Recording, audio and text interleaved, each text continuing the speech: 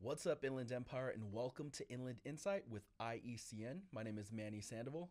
I'm Denise Berver. And today we have a very exciting guest. We have Kevin Lyons, who is first off, a professor at San Bernardino Valley College. He's a filmmaker, actor. He's also, most importantly today, the producer of the 48-hour film project Inland Empire. And so, Kevin, thank you for joining us today. Thank you for having me. I'm glad to be here. So I want to just kind of get into what that space is like in the 48-hour film project. For those who don't know, it is writing, producing, directing, editing, and delivering an entire short film, like 5 to 7 minutes within 48 hours. Is that correct? Correct. Yeah, we 4 to 7 minutes is what we usually kind of Gotcha. throw at teams. Because depending on the team, right, maybe they're first-time filmmakers or they're more advanced, right? So the first-timers, take out what you can do. And then the more advanced, they'll usually go after the 7-minute mark. And that's not including, titles and intro slates and stuff like that. So the content is usually 4 to 7 minutes. Okay. Gotcha. Can you walk us through to what tonight will look like? Tonight is the kickoff, which is exciting. I feel like the kickoff is almost a little bit more...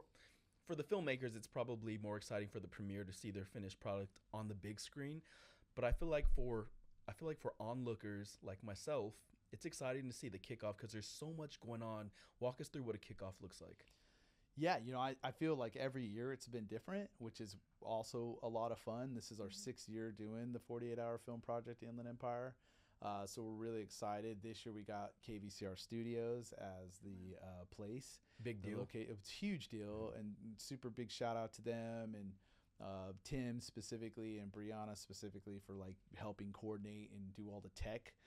It's gonna be a lot of fun. So I always just say there's a vibe, and so whether you're first time to the 48 or you've done it, for 10 years, because there are team leaders that they do this every year. It's their thing. Wow. And that's a big part of it too. We're reaching out to the film community. So it's a lot of fun. And so it could be a little nerve wracking too, because you kind of rubbing elbows with the other teams, because it is still a competition, Right. though we obviously try to tell people have fun, don't take it too serious, but it is a competition. So there's this kind of nervous energy, competitive energy going on. So again, it's a vibe. So walk us through even deeper into more detailed on the elements, because I think that's such a fun component of the competition. So tell us what those elements mean and what those might look like this year. I will tell you, I have them already, Okay, which cool. is always fun. Yeah. And they're always different. And so you basically have a character, a prop, and a line that you have to include in the film. Outside of the genres, which they draw at the kickoff as well. So they draw 2 genres, and then they get to choose whether to stick to just one or adhere to both of them. But they've got to do one or the other, right? Gotcha. So the production elements just add like a whole nother thing, because you're like, how do I include this character? And sometimes it's just the name and an occupation, right? So it's a lot of fun to see how creative teams can be. Some are really, really, great writers, and they kind of include it in there seamlessly, kind of, Right. invisible almost.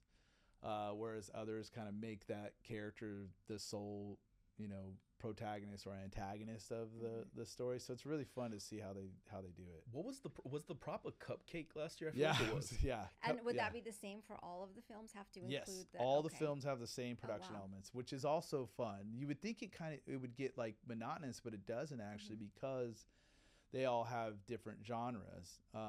Though you might see, multiple comedies in different ways, because they could adhere to, to one or the other. But it is still pretty interesting, because it keeps it kind of like a shared theme. But So you almost have the Easter egg element. Exactly. Where you spot it in the different films. Yep, That's yep. very fun, And then it's yeah. kind of cool as an audience member, because like, oh, that's really clever how they did that, Yeah. So what are the challenges that the filmmakers face when they're coming into this very short time frame to get all of these elements completed and included? What do you find the biggest challenges are for them?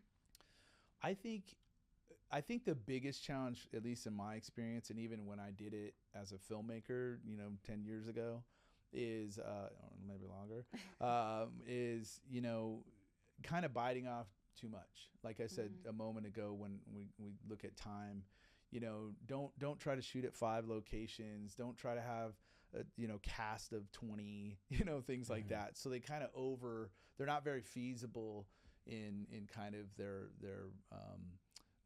you know, scope of the production. And then so it really hinders them, and then they finally get all the footage and they're stressing to get edit, and then, you know, sometimes at the end there's no music, or there's no whatever, or something's missing, and because they're chasing this deadline, right, it's so ominous that they kind of commit to that versus just going, what can I do in 4 to 7 minutes in 48 hours, you know?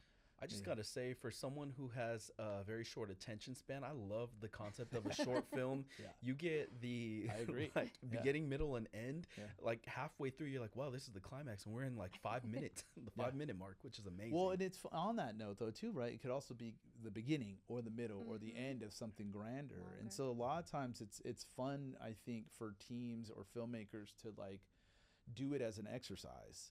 You know, this is like some of the filmmakers that do it every year. Shout out to Pride Pierce, who does it a lot. A good friend of mine now. We had him on our little workshop last week or a couple weeks ago. And, you know, they're just so creative, man. And like they use this as almost kind of like sparring, if you will, you know.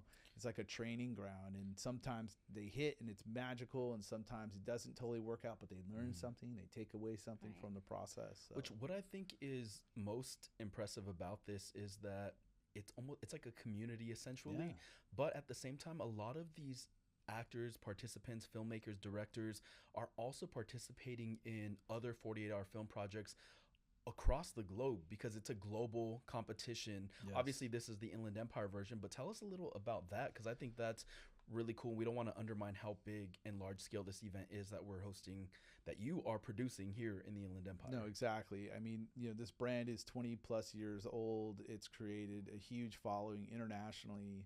Obviously we're really close to Los Angeles, which is one of their biggest cities. You know, they turn out 200 teams on average. So we get teams from LA entering ours, from San Diego entering ours, because they do great things down in San Diego as well. So shout out to all the local teams, or all the cities that work. And we all try to talk, you know, and you share ideas, but then there's also like, you know, hey man, I'm doing this. I'm gonna keep it kind of hush on this, because we like there to be some uniqueness to each of the cities' kind of rollout. But to your point, it's absolutely a community. I think the way that, thank God for IMA and you know, the support that we get from our partners, and that the school, Valley College, has really helped, I think, develop and build this thing. But it's not a school event per se. That was my question. What is the criteria? Is it open to everybody? It's open to everybody. For people who may want to participate next year, they don't have to be a student or anything like that, right? Right, and that's why I like to point that out. It's like a good point, because I do think that sometimes that gets a little lost in all the stuff, that this really is open to the public. It's open to Inland Empire filmmakers, because there is this community out here, and some of them, you know, commute to LA to work in the industry, or some are retired from the industry, or whatever. And we reach our city limits are huge, you know, because we reach the high desert, the low desert, you know, San Bernardino, Redlands, Yucaipa, Ontario, Rancho Cucamonga, list goes on and on, right, all the way up until that Claremont LA line, right? So I think the Inland Empire is such a massive, you know, just group sample of filmmakers, and sometimes it's a struggle to recruit and get more teams, you know. We usually cap out about 30. This year we had 27 register, but I think about 23, 24 are actually going to go through. I'll find out, right, in moments from now or hours from now. But, you know, that is something that we're trying to do, build our, you know, size. But even that, I don't want to do too much, because it's a large undertaking. You know, kudos to cities like LA and other cities around the world that, like, man, they have like, you know, 15 screening groups, and that is pretty crazy. amazing. Sheesh. Well, we'll get to the screening, which is happening a few weeks from now. But I did want to ask, what So, I mean, I have a little bit of insight from previous years that, a specific team I remember spent 48 hours making an entire film, and then they did not have anything to turn in because of it. Like, did it crash, or did it not transfer over from the hard drive, I believe? Don't want to get too much into it because I don't want to spotlight that specific group's hardship. Sure. But they're not the first. I'm sure. And so they will not be the last. That's heartbreaking. It's very heartbreaking, but that is also filmmaking. Yeah. Right? And that is part of the beauty of this 48-hour window that they've created is it actually mirrors, I know we're going to talk about it later, but it mirrors production as it is in the real world. So what I was going to get at, though, is what do you think the biggest takeaway is from experiences like that we just explained to what the main takeaway is for these participants, these filmmakers? This is where I have to watch where I get into lecture mode, right? But the biggest takeaway, I think, is, again, organization and understanding the three phases of production, pre-production, and post. And you fix it in post, right? No. You just loved it. Everybody. Again, of course, we fix, we enhance in post from time to time, but we do want to fix it on set. And that's, I think, what you take away from this is the importance of those things and like why the craft has been kind of, meticulously, refined over 100 years of filmmaking, and people really don't sway from that because that's how it's done. And so I do think that even in this small little window of time, you do get a really good sense of that. So, again, if you're first time or you've done it, for 20 years, there's always something that you take away from a production. Every time I film, still same. And what's interesting too is some of the groups who have already participated multiple years, there's that one year that a major flub happens even after being experienced. So it's just expect the unexpected, I guess. So. Absolutely. I mean, that's filmmaking, right? It's problem solving and adaptability and dealing with emotions, right? Things are stressful, and how do you react under that pressure? So in general, how do the participants react to that type of stress, the chaos, the time constraints? How do you help them kind of manage that? I honestly, as a city producer, I try not to get too involved in any individual production just for bias purposes. But, during the kickoff, we talk about it. I relay to them the importance of, again, organization and really just having a plan and then executing that plan. Because there will be tears and there will be fears and, cheers, hopefully, at the end. I'm sure. So there's this like kind of roller coaster of emotions. And so just understanding the nuance of that is important. And it's a team thing. It's really a team event. That's what I love about it too, is because that's what movie making is, most of the time it's a team coming together. I know like the directors and sometimes the actors get highlighted, but it's, it's a multitude of people coming together for one purpose, one vision. And speaking of highlights, I think you have a question on highlights and success. So are there any stories that you can think of that are outstanding successes? Anything that you can name that has just gone and blown up or gotten bigger based off of this? There's a ton of those stories. Even on our College 48 last year, our team, one of our student teams finished, I think, 3rd place, and they actually got to go international to the screening and network with filmmakers across the sea, and that's really cool. And so and just networking in general and doors opening for filmmakers and getting them to the next level, whether that's as a production team or individually. There's so many success stories from the 48. There was a recent story that, because we share stories as a group of city producers, and somebody just made a feature and is getting distributed, and I think one movie may be distributed on Netflix. So there's a bunch of successes, and again, because this is either new filmmakers or filmmakers have been doing it for a while, anything can happen. And even if you don't win, right, you might conjure up this idea that you may take later and produce into something bigger. That was my question. If you said that some of these are starters for bigger ideas, bigger projects. That's really cool. And I do think too, see like that. a lot of times, even just casting people or working with certain crews, it's the impetus for those people to collaborate further, and then those future collaborations are the things that like they become successful or they start their career. So let's talk about casting really quickly. Sure. How do they find their casts? Where do they get their actors from? People they know, or can they pull from the school? Yeah, they have full freedom, right? And so a lot of teams, I think, usually have a stable of actors within their circle. Here we had an audition event on campus, and team leaders could come and view actors that were just basically coming in on an open call. Theater departments at different schools, local theaters. There's a new improv school in Redlands that I know some of the actors were pulled out for the 48 this year. We've partnered with Backstage, and we've done a lot of stuff with them, and so our students know they can post postings online to get actors for their 48. So it's pretty amazing how they pull in their talent, and we're talking like not just from the Inland Empire but from all over the place. I know people driven out from Arizona just to be in a friend's 48 and stuff like that. So it's all who you know and who's dedicated, and again, it's an experience. So some people will just show up just to be a part of something fun, right? Yeah. You're making a movie in 48 hours. Yeah, me too. Yeah. and that's the thing. That's what drew me to it when I was younger. And I remember this is when we had to like turn in the movies at 7:30, and drive to the physical theater. And I was late. My first time as a writer director, that was a big learning experience. So it happens to all of us. Yeah. But I think now, because we have so much access to equipment and like so much access to like people and labor force, right?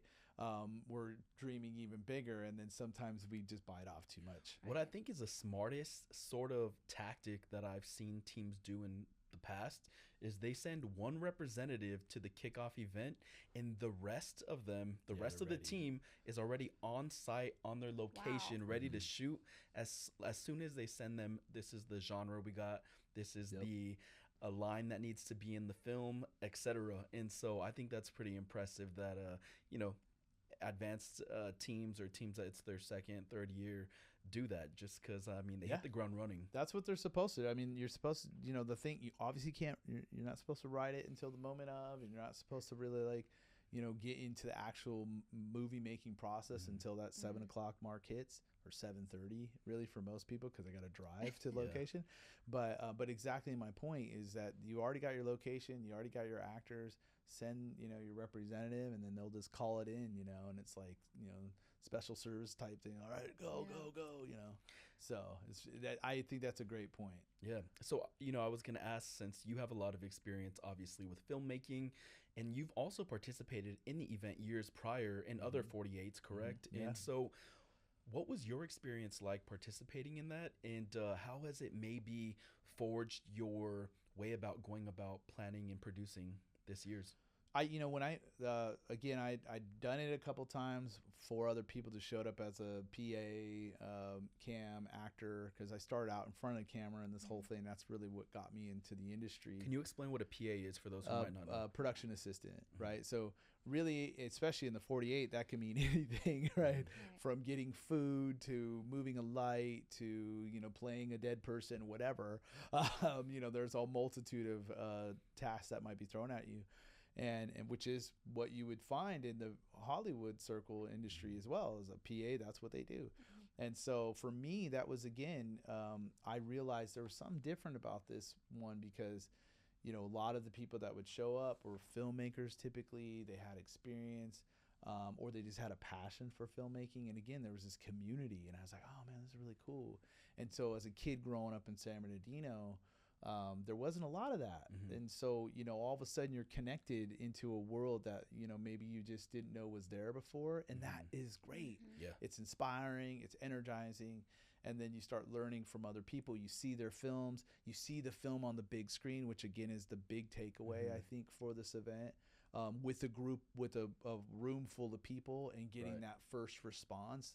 And that is important, I think, for artists, because if people don't see your work, sometimes like with YouTube, that's the thing, is like you're not seeing the other person's reaction on the end. I know we got people typing and stuff, but it's just a different experience when you're in the room with people and they're laughing at the joke, hearing the laugh, or whatever it is, you know, and you're just like, oh man, it's so cool. Yeah. And I just think that's magical. Yeah. I think that's amazing. And the experience of representation must also be very cool too. Absolutely. You know? Yeah. What I think is great about that too is attending every year, there's always someone that you know on the screen, and I think that's really cool, just to be proud of seeing the work of people that, I mean, I know, you guys know, and for me, that's always, just as a viewer, that's always the best part. For me too, to piggyback on that, so many first timers I've seen, and their face like just light up with just inspiration and like joy. It's so cool, man. It's like watching a kid open up, you know, a present on Christmas Day. I've got 3, so I've been through that many times. And I think that's vital to creators and just people in general, is seeing that it's a possibility, that this is real, that it's tangible, that it's something that's actually happening in front of them. Obviously it's not in Hollywood, but it's giving them a taste of what that is like on a scale that's just as important. So it lights the spark. It starts does. something. Exactly. Yeah. And I think you have the next. So what additional advice would you give to the first time filmmakers? Just trust. Based on your experiences and mistakes you've made, or things you wish you would have done differently, or things you did right, what would you advise them, or the key elements? For sure. I always tell my, you know, students, first time filmmakers, just trust the process. You're not going to reinvent the wheel. Right. I get so many creatives come to me, and, you know, I remember I was a little, you know, brass that way a little bit too. Like, you know, I know how to do this. I've got a workflow that's better. Cool, you know, this might be the moment you experiment that, and you'll find out that you probably should have just stuck to the process. And so I always tell first time, you know, filmmaker students, trust the process, build a team of people that you trust, and ultimately have fun in this moment, because if you take it too serious, right, then you might miss the opportunity of growth and development, right? Because this isn't, you know, what I always tell people too, you're writing this in the moment. So this isn't like your darling, or this thing that you've been writing for 10 years and now you're bringing it to life. Right. It shouldn't be. Yeah. Okay? It's supposed to be written in the moment. So that's the thing. This is a chance for you to kind of like see what you can do, you know, like put forward, like, you know, your skill set, you know, kind of where you stand as a director or a writer or an actor or whatever. Sound, you know, sound is key. I always tell people that's probably the one thing that most short film productions in this competition, but just in general, struggle with, right? Is sound. And so sometimes even for the sound guys, this is a chance for you to, or sound people. And you can hear it instantly as soon as the film starts. Oh yeah, that's the thing. There's, you know, and that's not to scare people off. You know, it's still fun seeing it on the big screen, but it can be a little jolting if you're like hearing it through the big loud speakers and realizing, it's not right. I didn't mix that correctly. But that's also part of the fun. So don't be afraid of that. That's normal. Just capture your sound, make sure you're capturing at a good level, and if you could do some sound design and create a unique soundtrack, do it, you know. So do you find that this experience can be a little humbling for some of the filmmakers? Sure. Absolutely, yes. Like, I think I mean, even humbles me as a producer, you know, just looking at, like, you know, some of the pitfalls that the teams fall into, and me even thinking like I could do something like that, but realizing, no, that's pretty tough. You know, I think weather and the elements play a big part of it too. You're at the mercy of the gods, if you will. You never really know what you're going to run into. I've heard you mention a backup hard drive multiple times. Yes. Always have backups. Contingencies, you know, are super important, redundancies, because, you know, at the end of the day, you never know what's going to happen. You got an editor, maybe he comes to set, gets the footage, drives back home to edit, but his car breaks down, and now he has all the files and nobody else has the files. Then you got to drive, get the files, and figure out it. You know, so just everybody, you know, make sure you make a couple copies, so no matter what, it's gonna get edited. And that's usually what I tell teams too, like have like 1 or 2 of each of the vital roles. For instance, obviously actors, editors, PAs, you know, because you still want like a director, you know, a writer or a group of writers that are kind of working in it. But like usually it's some of the teams that I've seen that really succeed and like are rarely late. They kind of have backups in certain positions and just backups in general. Locations, everything that they can always fall back on. Because literally every minute counts in this instance. So there isn't time to have plan B. It's got to be on deck already. Like if plan A doesn't work in that moment, you're instantly on to plan B, you know. And so it's all about planning, but that's production. You know, I mean, Hollywood's no different. If you're on the budget of, you know, whatever producer, they're going to hold you to that time. You said you're going to have the movie done at this day because we already have a distribution deal. It's the same thing.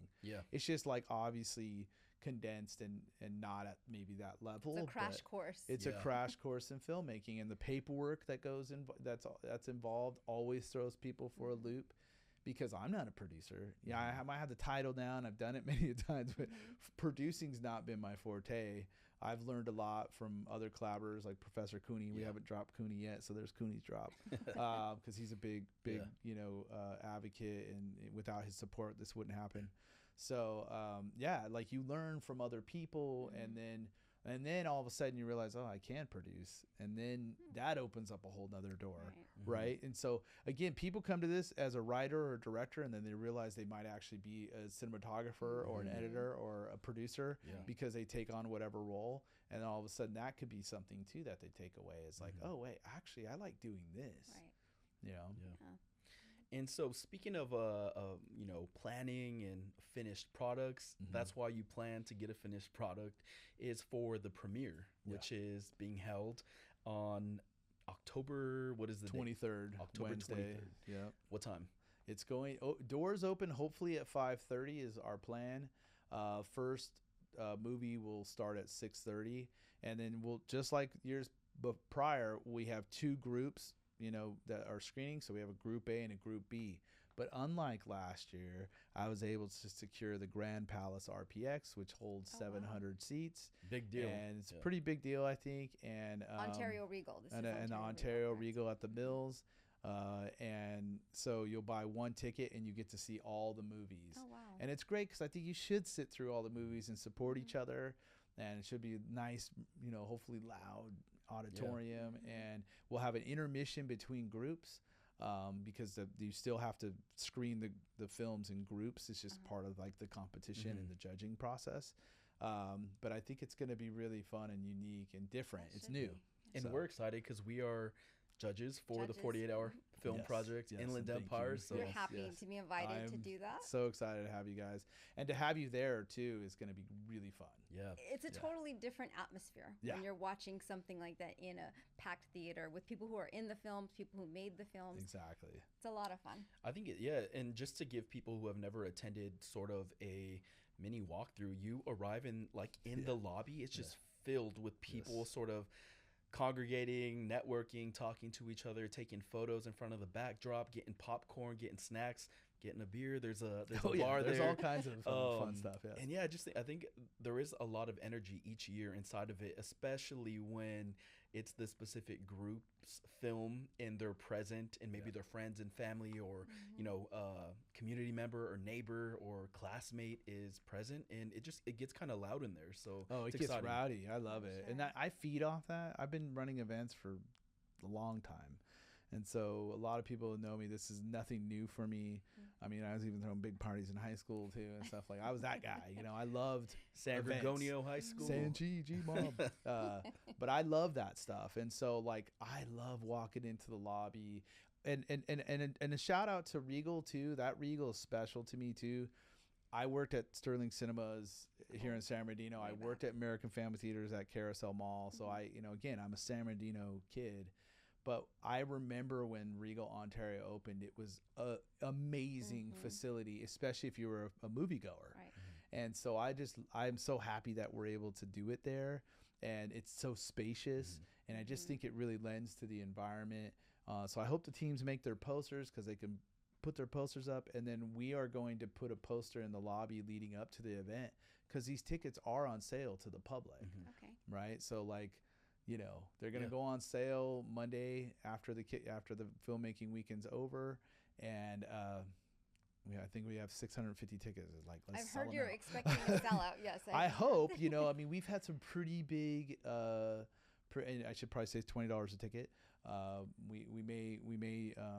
We're obviously each team leader gets 2 comp tickets. So there's going to be those tickets that are going to be set aside for them. But yeah, I'm hoping we've had a lot of, at least 400 to 500 people come out over the years, but this time they won't have to leave the theater in between groups. Oh, that's cool. You know, there will be an intermission, so they'll probably go, you know, take a break. Take a little break. Yeah, 4 hours is a long time. It's about 3. Yeah, it's about 4 hours really in entirety, but the movies themselves will be about an hour and a half each group. I feel like it moves very fast though. Yeah. Even though it is like a 3-4 hour event, it's Yeah. like you walk in and you're kind of mingling a little bit, getting some snacks, and then maybe taking some photos. First batch of films, Group A, and then you kind of have a little intermission in the middle, right? And then you come back. That's what we're doing now. We're doing a little intermission. So they'll have the Q&A after the first group, and then we'll like kind of have an intermission, and we'll have like, you know, sponsor stuff on the screen, and you know, maybe some music. I'm trying to get like a DJ or something. Okay. That's cool. And then people will probably be out in the lobby because we'll have a little step and repeat with the red carpet. Lots of people, lots of photo ops. And then they'll come back in and watch the next group. And I think it's going to be really cool because, you know, again, that always wasn't the case. And so people from Group A would watch their films, and then sometimes they would stick around, but sometimes they would leave. So I'm hoping this time everybody just stays through and just takes it all in. Yeah. That's very cool. Definitely a party vibe, it sounds Oh, like. it totally is. We'll be the DJ. Maybe, you know, I'm down. It's going to be fun. And do you find that it's kind of a release for them to get it up there and it's out and they can relax and kind of sit back for a while and just enjoy their hard work? And make amends if they had a little stress in their chaos in their group. Yeah, because that's it too. It's like, it's kind of like, all right, we made it. You know, now we're seeing, you know, the fruit of our labor. And I think that's like important again for the process of just creativity and filmmaking in general. You got to have that payoff. And, you know, and then, you know, I love YouTube, I love online stuff, but it's not the same payoff as this. Yeah. There's something about this. So, and then if we do get, you know, public, you know, moviegoers is going in and buying tickets to watch, I think that's fun too. That would be a fun experience for That's them. what I think too, because they're gonna be like, what did I just stumble in on? This is great. Exactly, you know? yeah. And some of the films are actually really good. I will say that, and they're funny. Yeah. So, and then there's the ones that, as we mentioned previously, it could be an advanced group or maybe already professional filmmakers, but there's a small minor sort of error that was made, and then the first 10 seconds rolls with the audio, and you're like, ooh, I know them. But it's so fun though, because it's not like you're laughing at them in a way of like scrutiny. It's like you're like, oh man, we've all been there. Yeah. You know what I mean? Like, yeah. And that's fun. It's like a shared, like you're amongst your peers, you know? And again, moviegoers will appreciate it too, because you'll hear it even in the most blockbuster movies or the, you know, continuity off or whatever. So it's kind of fun. And then when you see like the ones that are really great, like I think those people are like, wow, this is crazy. This is impressive. Which I do want to hone in on a quick second is on just the community, knowing that they're invited to this event. It is at Regal, Ontario on October 23rd at 6 p.m. And there's hopefully doors open 5:30, but yes. Gotcha. And I mean, about 25 films around there are going to be screened. It'll be 23, hopefully. 23, 24. Again, I'll know tonight, because sometimes people sign up late and they'll say, I want to sign up. Yeah. Cool. So they have up until the kickoff, about an hour before the kickoff, and then we kind of cut it off. Okay. But usually we know the teams that we have right now are 23. And it's in an iconic location right there. So there's a lot of history there at the Ontario. I think so, man. I think there's so much to be said about that area, that theater. And, you know, I just, you know, not to get on my soapbox about theaters, but, you know, I think, you know, the movie-going experience is something special. And so if there's anything I can do to help that stay in the you know, mainstream, this is one of those events, I think, because it reminds people, wow, that's a great theater. Like, I should come, see a movie here. And that's what I want. I want people back in the theaters. Yeah. As much as I love the streaming platforms, they're great, but like there's nothing like going to the movie theater, in my opinion. It is different to watch it in the theater.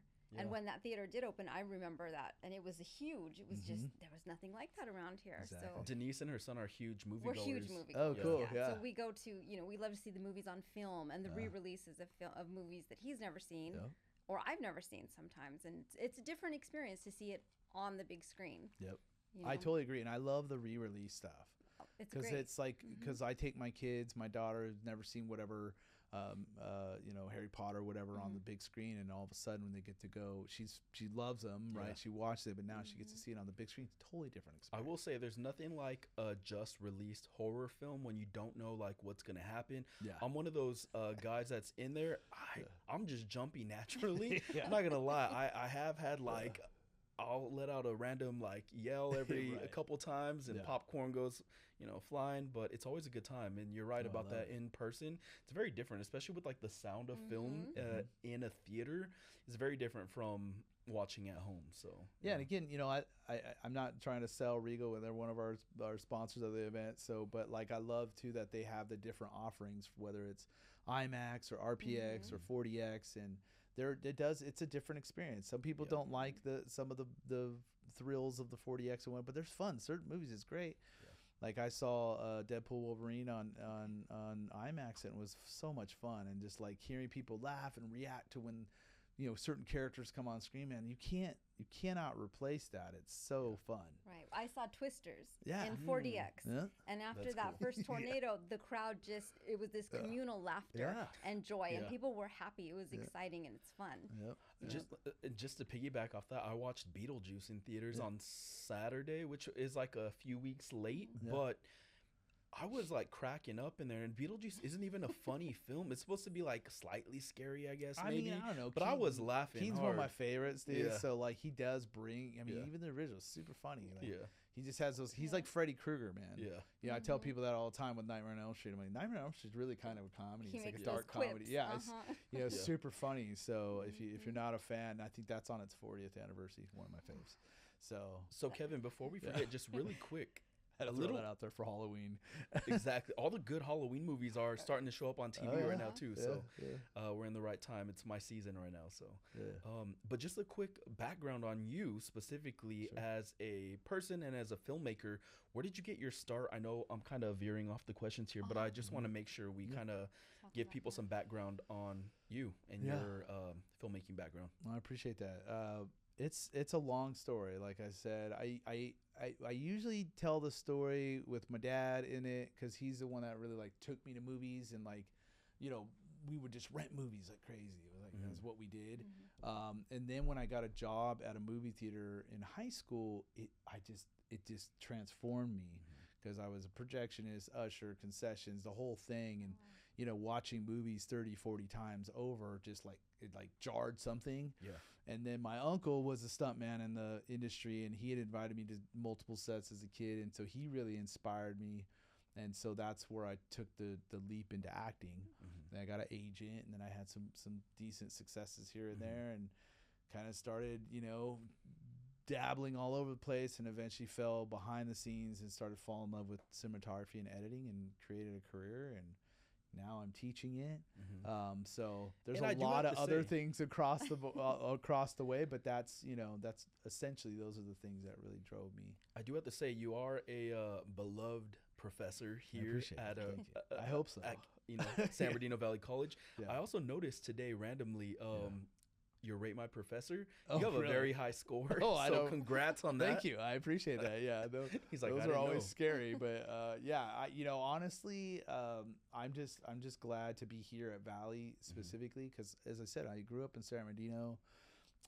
There weren't a lot of resources for filmmaking, as a kid outside of a movie theater, right? And I think what we've built here, along with Professor Cooney, because he's a great chair, our dean too, she's great. Our whole department is super supportive. We support each other, and I just think Valley College is such a really kind of hidden gem out here for the creative. And I'm just speaking, there's so many other things too. I'm just speaking out about arts and creative. We really shine, I think. And so I just feel lucky that I'm able to like pass it on to the next generation.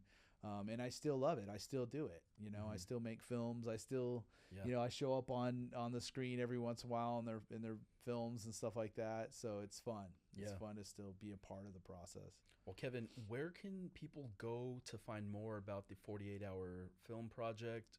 Let us know that info. Yeah, so really 48hourfilm.com/Inland Empire is our website, our webpage. And then obviously it's a subdomain of the 48hourfilm.com brand, so you could learn all about the 48-hour film. And then we're on Instagram as well. So please follow us on Instagram, on Facebook. Those are like kind of the two platforms that we really rock with. We do have a Twitter account, or X, whatever. I just we don't do much on it, but Instagram's been really cool. I think we've gotten a really good, you know, kind of feedback response from the public, and it's really helped kind of grow what we've been trying to do. And we're excited to be media partners too. Yes, Empire and thank you. Community News. Yes. Which so keep an eye out on our Instagram and website. Please, also. Please, and I want to keep this going on for years to come. You know, Is there something else you think is vital that we add that we may have so missed? much. There's probably a lot. We could probably talk for another hour. I really appreciate you guys for having me. I'm super thankful. You know, there is so much I could probably keep talking about but my head's kind of in the kickoff brain. You know, side of things. Which is tonight. At KVCR. What's the date today? Just so people know when they're watching this. Sure, October 4th is the kickoff. Exactly. And so the filmmaking weekend basically starts tonight at 7. They turn the film in Sunday, October 6th at 7:30. And then tickets go on sale. Exactly. And then tickets go on sale Monday the 7th. And then we'll lead up to the premiere on the 23rd of October. And, you know, super excited. We also will have a best of award ceremony for those films that are nominated and awarded on November 15th at Cal State San Bernardino. So they're hosting it for us this year. That's exciting. Should be a really cool event. We're still working out all the details, so I don't have a ton for that yet. But again, that will be for you know, awarding the best film and other select categories. So which will be where we come in. So which is where you will come in. Yeah. Awesome. Well, everybody watching, thank you for joining Denise and I, Inland Insight. Kevin, thank you for taking the time on an already hectic day that you have. Just throwing in another something for you to do. So that's what we do. Yeah. Thank you guys for watching. We'll see you next time. Bye-bye.